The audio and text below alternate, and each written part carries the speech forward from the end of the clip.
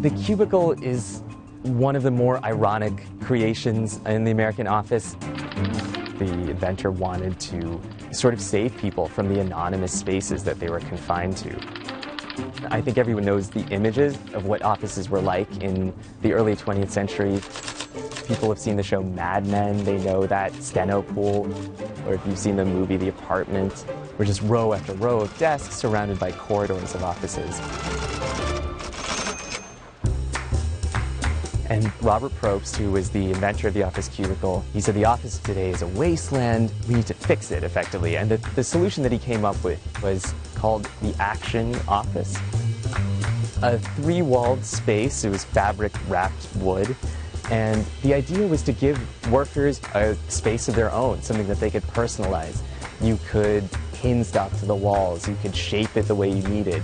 So it was really meant to be autonomous, independent. When it debuted, it was a real success. People thought this would totally change the way people worked, and it did, just not quite in the way that they intended.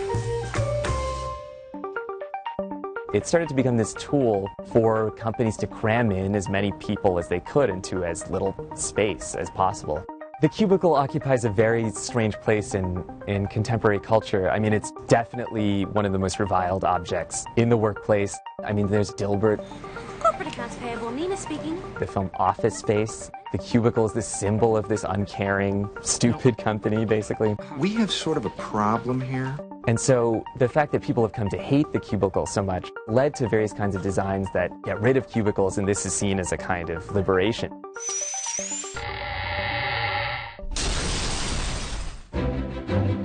And I think open office plans have a lot to offer in the sense that they do offer interaction. But studies show that people prefer to work in closed-door offices.